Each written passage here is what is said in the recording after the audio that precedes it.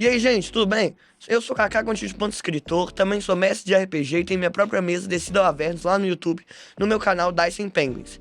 Hoje eu tô aqui pra fazer algo diferente, por isso eu chamei um grande amigo meu e eu sou grande fã dele, que é o Marcelo do GDA. Tudo bom, gente? Eu sou Marcelo Lacerda, sou escritor, recreador, contador de histórias e conheci o Kaká em uma dessas minhas histórias.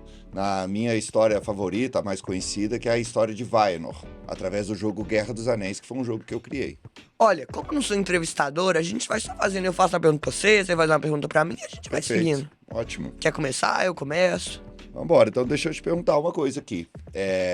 O que você gostou na Guerra dos Anéis no seu primeiro contato, aquele seu primeiro momento que você jogou? Eu lembro que eu não entendi direito nada que tava acontecendo da história. Tipo, porque tava todo mundo gritando e fazendo um tanto de coisa lá. Aí no início eu não entendi nada. Aí depois eu fui jogar outro no aniversário também dela. E aí, tipo, você foi, eu lembro, foi mó legal. Aí eu comecei a ir em mais coisas, tipo, no aniversário da Ana Silvia. E aí a gente começou a fazer o Legião. Isso. Eu lembro que quando você chegou, você não foi um dos que sentou mais na minha frente, você sentou um pouco atrás. Eu te chamei para sentar mais perto, pra você poder prestar mais atenção, porque eu não te conhecia. E a turma já estava jogando, já tinha alguns capítulos. Então, na hora que você se aproximou e eu comecei a contar a história, você já, pum, já regalou os olhos e falou, tô dentro. Seus olhos já diziam ali que era aquilo ali que você gostava. E é até hoje, né, Kaká? É, continuei com RPG, coisa assim. Explicar um pouquinho sobre Guerra dos Anéis para as pessoas. Eu acho que é legal elas terem uma ideia do como é que é esse jogo, né? Acho que é uma boa. Então, Guerra dos Anéis é um jogo que eu uso em recreação de festas e férias, né? Acampamentos de férias e festas de aniversário, eventos de todos os tipos. Inclusive, o Kaká, ele tem uma turminha que eles só fazem uma resenha com a Guerra dos Anéis uma vez por mês, já há 2 anos direto, né, Kaká? Um ano só. Começou ano Esse é o passado. segundo ano, né? É porque teve aquele primeiro ano que teve só 3 de guerra. Então vamos colocar que já tem aí umas 15 aventuras já que a gente jogou junto. E nesse jogo eu conto uma história, eu gero uma introdução ali, às vezes baseado no que aconteceu nos últimos capítulos, que a gente chama de resumo, e depois desse bate-papo inicial, as crianças e os adolescentes, ou seja lá quem for que está jogando, são envolvidos naquela trama e começam a viver aquilo ali tudo como se fosse real.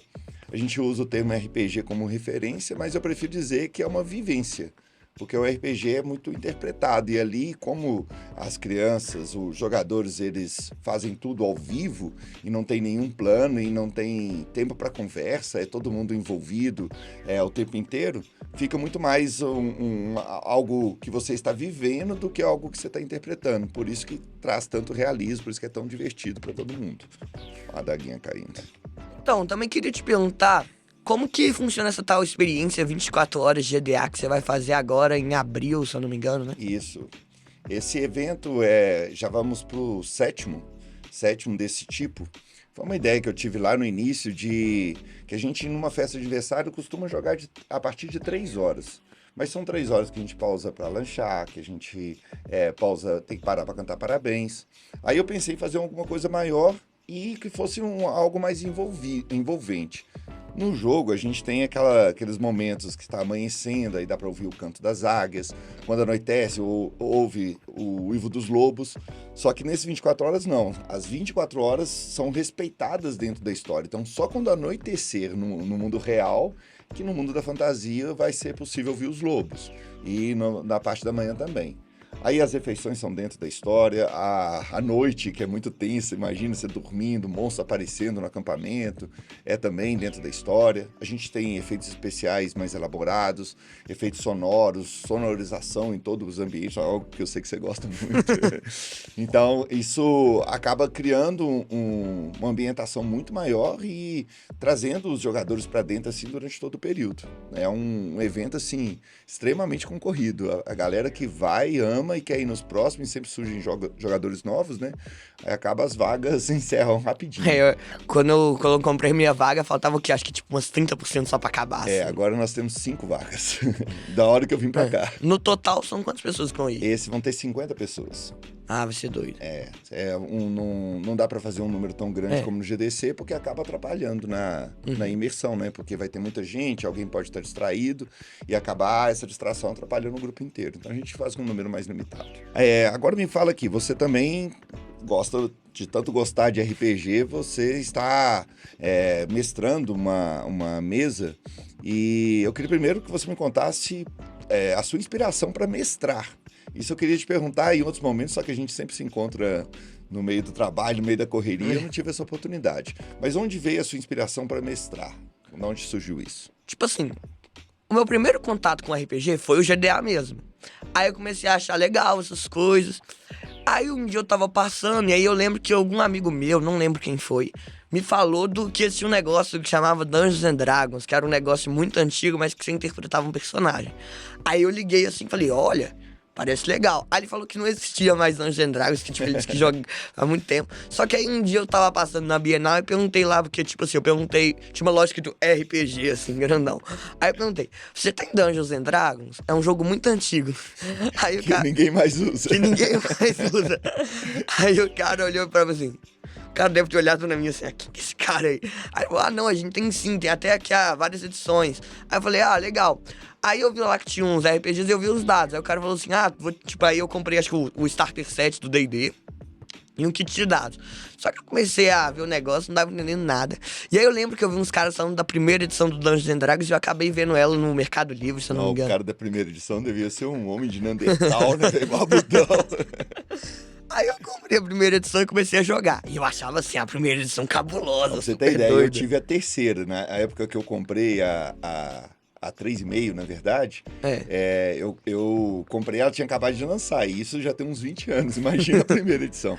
Queria até só te interromper, te agradecer pelo presente de aniversário dos livros do D&D atuais, né? Eu vou só te tinha os corromper antigos. agora. Não vai. Os dadinhos, e queria retribuir aqui com um presente também, ó. Essa camisa aqui só os monitores que usam.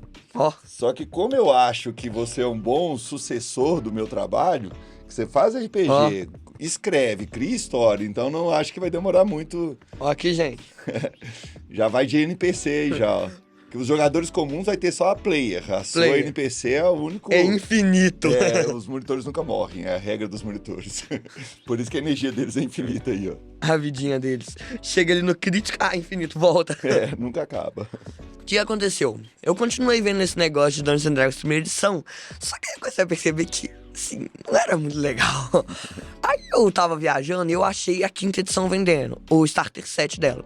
Aí eu comprei o Starter Set, que eu tava querendo algo mais complexo, porque eu tinha alguns jogadores que eram, tipo, eu tinha um grupo muito grande, que era, tipo, eu achava que era bom, mas no final eu descobri que D&D tem que ser menos gente. Aí o que aconteceu? Eu peguei, tipo, os jogadores que eu achava que eram os que mais prestavam atenção na história e formei esse outro grupo de D&D pro já quinta edição.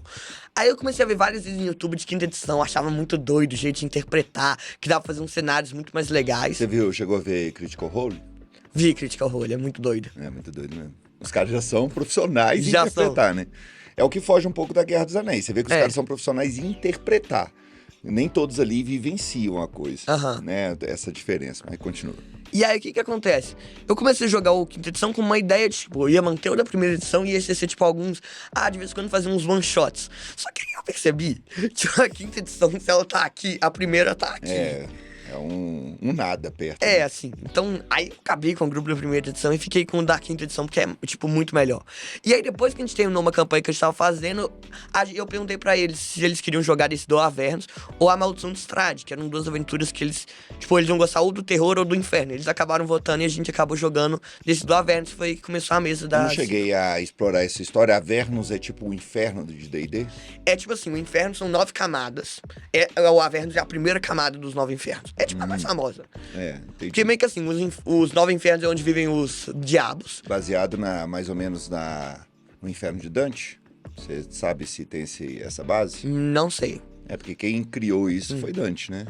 Foi Dante não, foi o inferno de o Dante. escritor.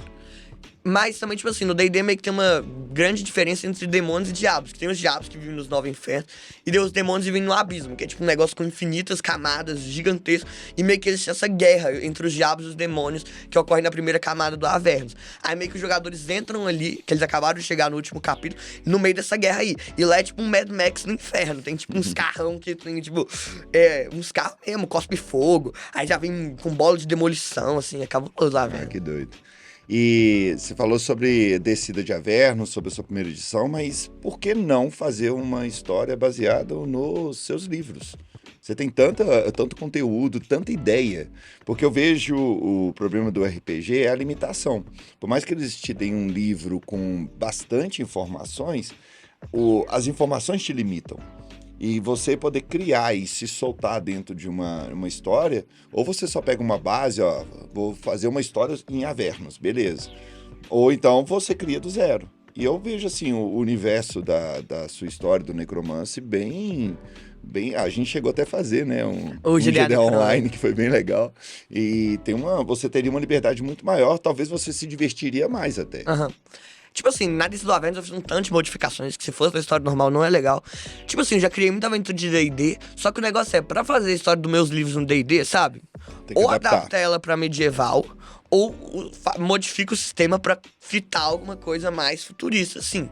Aí isso que é a dificuldade, aí eu fico na dúvida, tipo assim, talvez adapta ela medieval, igual foi nas HQs, você chegou a ler? Sim.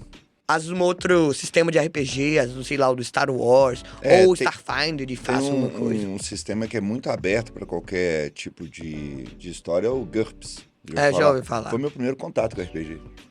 Sempre falam disso, não. O GURPS, é porque eu não gosto dele, que ele só tem 4 atributos, eu não curto isso. Mas eu conheci o RPG, eu jogava RPG de videogame, né? Foi o meu verdadeiro primeiro contato. Mas o RPG de mesa, a primeira vez que eu joguei foi o GURPS. Custei jogar D&D, eu joguei D&D anos depois da Guerra dos Anéis estar pronta. Então, assim, não que eu não goste, né? Que você tá tentando me dominar aí.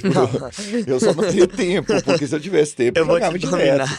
E hoje em dia que a galera joga pelo Discord ainda, então, assim, facilitaria pra mim não ter que ficar deslocando, né? Que tempo de deslocamento é uma coisa que toma muito tempo durante o dia. Mas mesmo assim, ainda não consigo jogar. Tipo assim, querendo ou não, o GDA Online era meio que tipo um D&D, só que era outro sistema, porque era um RPG de mesa, o GDA Online. Era um RPG de mesa. Foi uma adaptação necessária, né, Cacá? A pandemia. Sim, óbvio.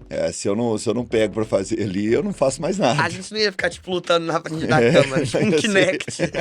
Com Kinect seria legal. Mas se não fosse desse jeito, não aconteceria de outra forma. E me conta, você já tem outros planos? Já tá com outros livros? O que mais você pretende lançar aí a respeito do universo do Necromancy?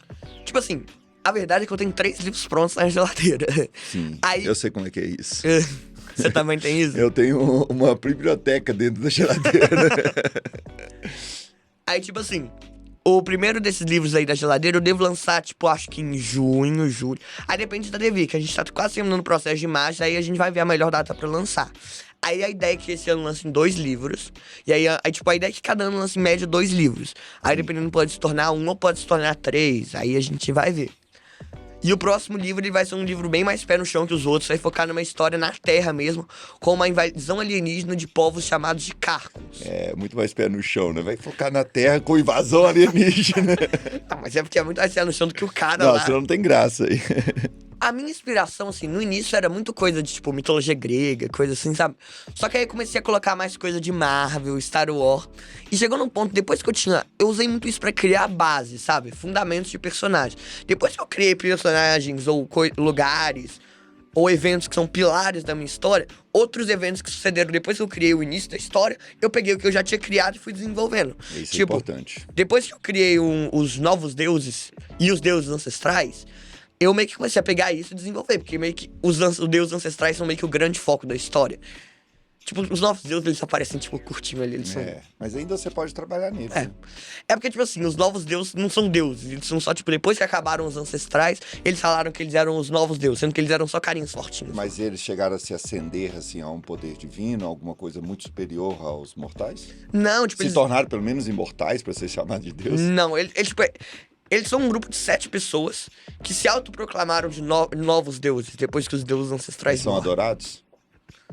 Essa que é a questão, eles não são, é como se fosse um grupo de uma party de RPG de novos deuses. Só pra te explicar como é que eu faço pra criar as minhas histórias, né? Eu acho que você faz do jeito parecido que você citou, Marvel, Star Wars. Eu acho que criar história, a gente primeiro tem que acumular história na cabeça. Você tem que absorver muito para você poder filtrar e fazer modificação, porque criar hoje em dia, né, depois de tanta coisa criada, criar hoje em dia é, na verdade, uma adaptação, uma cor diferente que você dá ali por uma cena, por uma situação. Não tem como, não tem espaço para você criar nada do zero, entendeu? Inclusive tem um personagem seu que eu gosto muito, o seu principal, Shih Tzu Sitrax. É um nome complexo. Da onde vem ele? Ou assim, a origem dele, assim, de quando eu criei ele, ela é meio conturbada. É que assim, inicialmente eu nem lembro direito que eu criei esse nome há tanto tempo atrás. Mas ó, coisas que Você era eu bem lembro. novo, porque eu lembro que quando eu te conheci, foi com 8, 9 anos que eu te conheci, você já falava dessa história do necromance e ele já deveria ser um dos personagens centrais ali, né? Só que isso é quando eu refiz o Shih Tzu Sitrax. Ah, tá. Porque a versão original... É que assim, a versão original eu criava... Sabe quando criança inventa personagem misturando personagem? Sim. Você mistura? Basicamente eu misturei o Flash Reverso do Darth Vader, aí já estava fazendo uma brincadeira, eu acho que um amigo meu, alguma coisa assim, de misturar personagem. Aí eu misturei e falei, mas ele é um guerreiro muito poderoso, que se chama Shih Tzu Sitrax. Ele é o Darth Vader com a super velocidade do Flash. E você criou o nome na hora. Acho que foi, não lembro se era outro nome. Algum dia surgiu esse nome na minha cabeça. Aí eu lembro que eu comecei a falar algumas coisas dele, aí eu tirei. Na época eu já tava pensando nesse nome, Necromance. Aí eu fiz com que, sei lá, sumiu da história uma hora. E eu lembrei, nossa, tinha esse cara, mas, pô, o negócio de Darth Vader ser meio ruinzinho, né? Aí eu peguei esse nome e o central dele, o foco dele, que é a super velocidade, coisa assim. A armadura mais ou menos parecida com o que eu tinha desenvolvido. Aí eu mudei várias coisas de história, coisas assim, e fiz o Shih Tzu Sitrax novo, que tem agora. Legal. No Instagram, não sei se você chegou a ver pouco antes de eu vir pra cá, eu postei um quiz pra definir qual seria a sua esfera mágica dentro de Vaia. Eu vi, mas eu tava vindo pra cá. Depois você responde, porque eu queria saber, inicialmente, qual seria a sua ideia de personagem pro 24 Horas, porque eu vi sua inscrição lá. Você tá dentro, então Você acha que eu vou ser quem? O Dunstan? Não, Dunstan não vai estar presente, ele não era nascido nessa época. Então meio que é tipo, todo mundo vai jogar de mago? Primeiro você vai pensar a sua raça, tem 2 tipos ali, é bem que um spoilerzinho, mas acho que eu Você vai posso falar dar na esse hora. spoiler. São 2 tipos que vão ter nesse 24 Horas. Vão ter os magos que estão dentro da escola e estão ali se preparando E os no dia a bruxos? dia. Não, e vão ter refugiados, que está acontecendo uma situação tensa na região da escola, e a escola ela é meio uma fortaleza.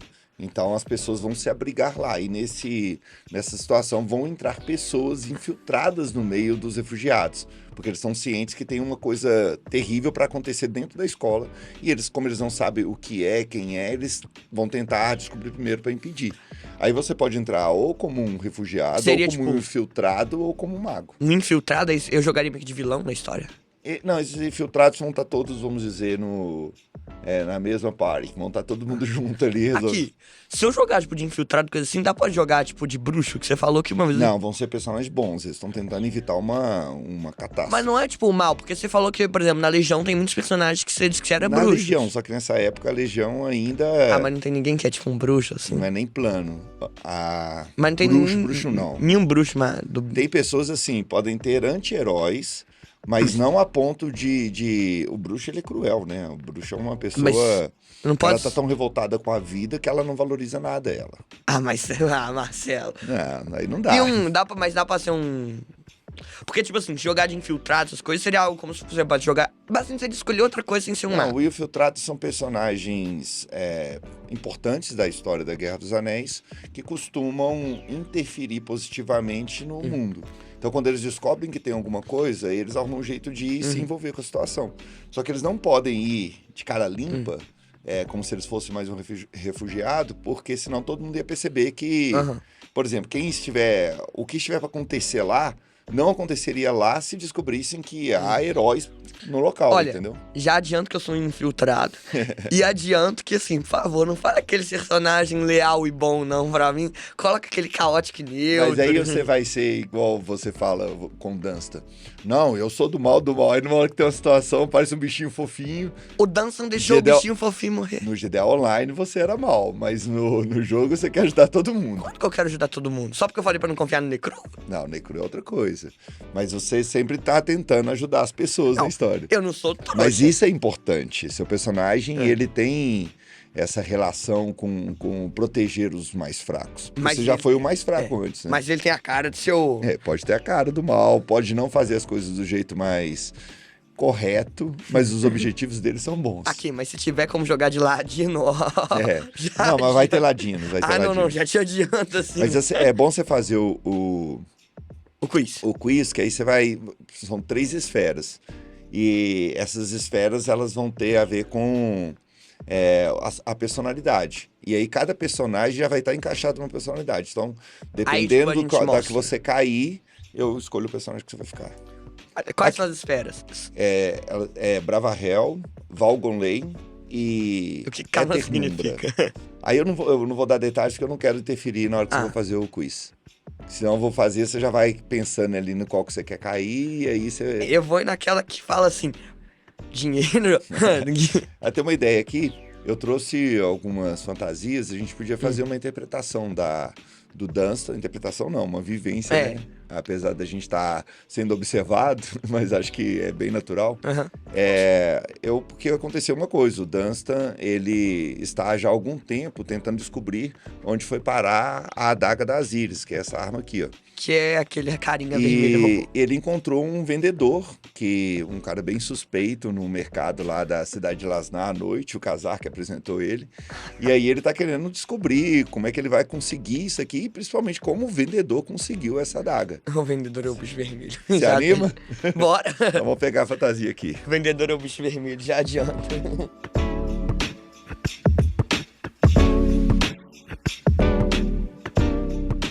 Então vamos lá, vou te passar a introdução de novo e a gente começa como normalmente. É uma cena noturna, o Dunstan está procurando há um tempo sobre onde foi parar a adaga da Asíris e você descobriu através de Khazar que tinha um vendedor na praça que estava vendendo a adaga. Então você está a caminho dele e você acaba de encontrá-lo. 3, 2, 1, iniciando.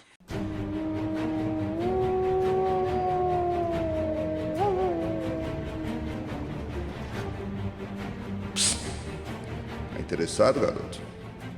Onde conseguiu isso aí? Se você conhece ela, você tem alguma ideia? Pode me dar uma sugestão? Qual seria a mentira que eu te contaria e você acreditaria no final? Eu não vou acreditar em mentira nenhuma. Você sabe que eu não a roubei. Isso é algo que deve ser conquistado. Então Apesar que eu tento vendê-la há algum tempo. Então você derrotou o demônio. Um dos maiores. Mas você sabe que para derrotar tem que ser com ela. Então ele ainda está aqui, de alguma forma. Você aprisionou ele aí dentro usando uma adaga de ritual? Todos os ataques nela sempre irá aprisionar ou libertar. No momento está preso. Por que não libertou em você? Eu não quero me arriscar com esse tipo de encantamento perigoso. Mas imagino que se você está em busca dela, você tem interesse nisso. Já vi essa adaga antes e o que ela faz não é dos melhores. Já vi que ela pode ser muito perigosa em mãos não muito hábeis. Eu pareço ter mãos hábeis. Parece estar brincando com ela. Ela não me corta. Isso já é algo que indica que eu sei o que estou fazendo. Mas mesmo assim estou querendo abrir mão dela, por um preço. Qual? O que você tem para pagar? O que você tem? Me diga um mínimo. Eu não posso, claro, abrir e mostrar tudo que eu tenho aqui pra você. Tem uma alma aqui dentro. Uma alma profana, perigosa. Eu não trocaria isso por menos de uma alma. Então vocês querem a minha arma. A sua não parece ser tão valiosa. Então qual parece ser mais? Soube que existem mercenários na região. São chamados de legionários. Já ouvi falar. Eu queria atrair um deles e acho que eu consegui atrair. Eles não são tão famosos, então quando se fala deles e alguém responde com tanta pressa, é sinal que sabe do que está falando. Tem um legionário que seria uma alma interessante. Qual? Você é um mercenário, você ganha para fazer suas tarefas. Sim, mas qual é o nome dele? Preciso de um nome de um rosto. Caçador. Já ouvi esse nome. Muito para você? Caçador é... Tem muitos caçadores, meu amigo. Eu preciso de um Não, eu nome. estou falando do caçador. O nome dele é Caçador. Me desculpa, mas eu não tô entendendo direito. Você sabe quem é o caçador. Não se faça de tolo. Ah, Caçador, aquele que mata aberrações. Sim, digamos que ele matou mais do que uma aberração. Ele matou o demônio que você queria prender dentro. Não deixava de ser uma aberração que ele matou, mas era importante para mim. Ele tirou a vida de um ser que não estava trazendo nenhum perigo para o mundo. Então eu fui atrás dele e o que eu consegui foi apenas a adaga. É um cara difícil de encontrar. Isso é o trabalho dele. Agora eu quero saber qual vai ser o seu trabalho. Que tal uma outra proposta? Hein? Eu pensei que estaria lidando com alguém capaz. Não, Ouvi falar tenho de um uma garoto proposta chamado melhor. Dorian, que é muito mais capaz do que você. Esse garoto Dorian, eu posso trazer a cabeça dele pra você. Eu não quero a cabeça dele.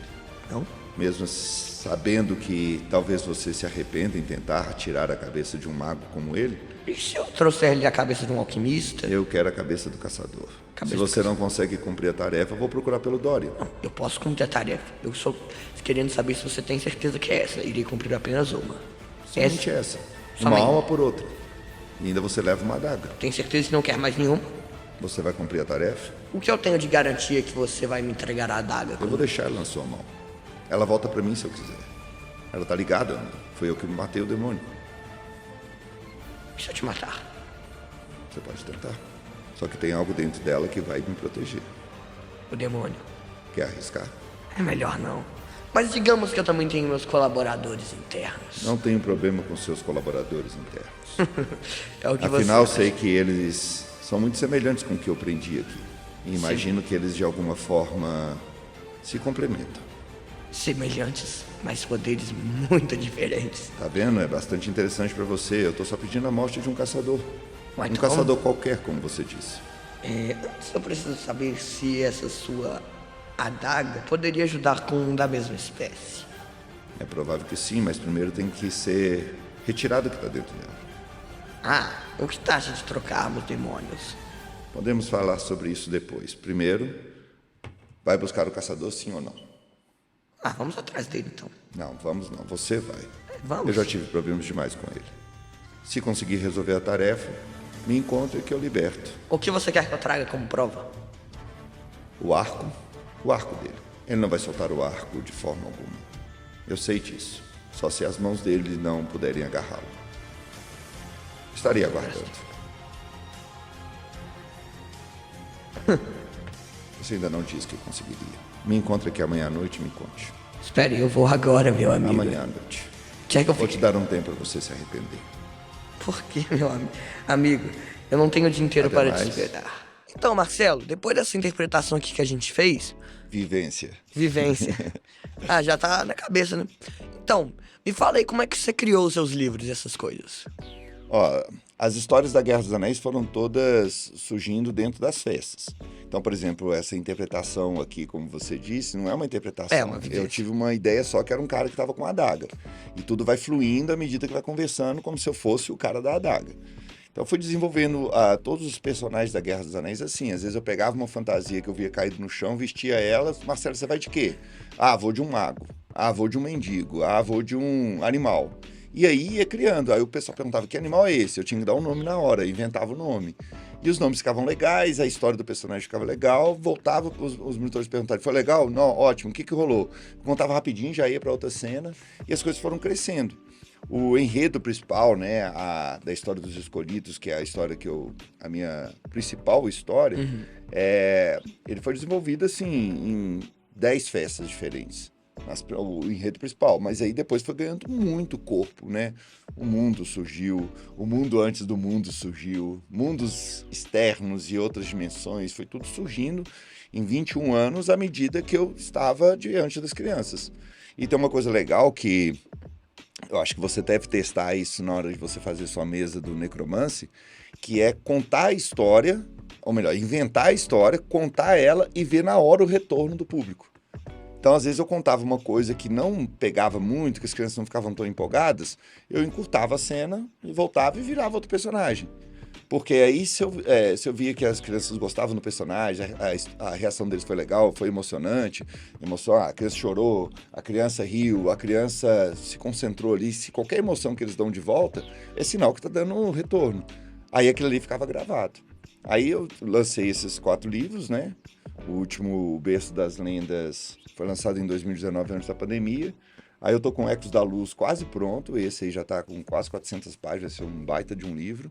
E aí depois desse eu vou terminar de escrever o Mortos no Paraíso, que é a história do emo, do jogo de terror que eu faço. Que aí eu vou começar a ir para um outro lado. Você tem vontade de escrever outras coisas a não ser do necromance? Olha, no momento, assim, não, assim...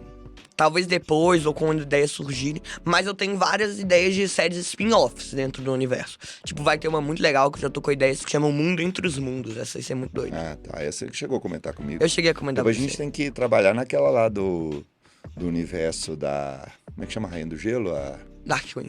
Darkwing. Do... Que a gente usou no GD Online. No GD Online. Aquela ficou muito legal.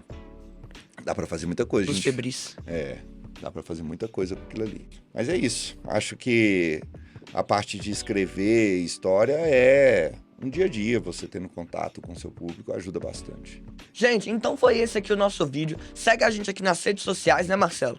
Sim, eu tô ali no Instagram, no marcelo.gda, mas tô com planos de, em breve, começar pelo Twitch também, contando histórias interativas pros jogadores. É até uma novidade, né, Kaká? Acho que o Kaká não sabia disso. Mas em breve eu tô pensando em fazer umas lives semanais também para poder levar as minhas histórias a um público maior. Provavelmente vai estar também como marcelo.gda, então vai ser fácil de achar. Gente, então foi isso. Falou! Valeu!